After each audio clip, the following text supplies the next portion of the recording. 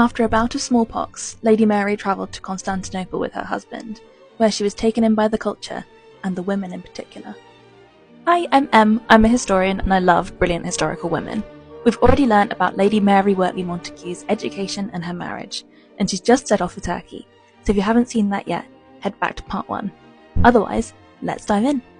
As we've already mentioned, Lady Mary was captivated by the Ottoman women she encountered, and unlike male travellers before her, she was able to communicate a vivid and accurate picture of Turkish women's lives.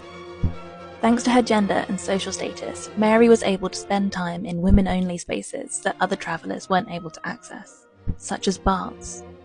Baths weren't simply a place to wash yourself, they were important social spaces and incredibly gendered, so it was somewhere that women could express themselves more clearly.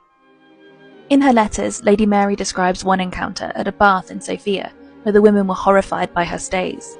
They believed that her husband had locked her up in the contraption. Mary goes on to describe their dress, habits, liberties and limitations, and these details really challenged existing stereotypes at the time, and they certainly went on to inspire future female travellers and writers. However, the inspiration Mary felt wasn't only cultural, and held huge scientific significance. She was amazed by the fact that smallpox was relatively harmless in Turkey, especially in comparison to the huge numbers of deaths in Western Europe.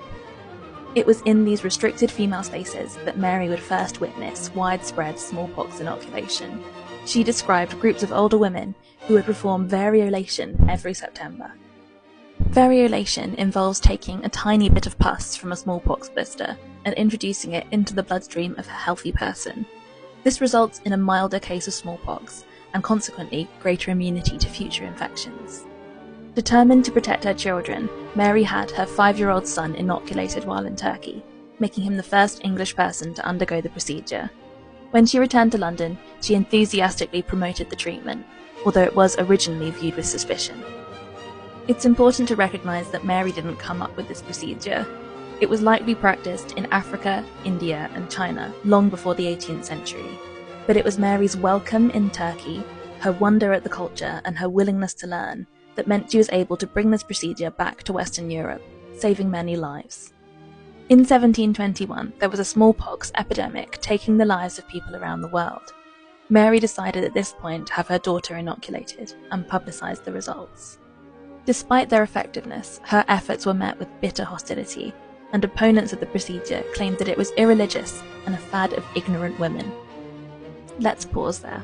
Come back soon for our final part, where we'll look into Mary's later life and her literary achievements.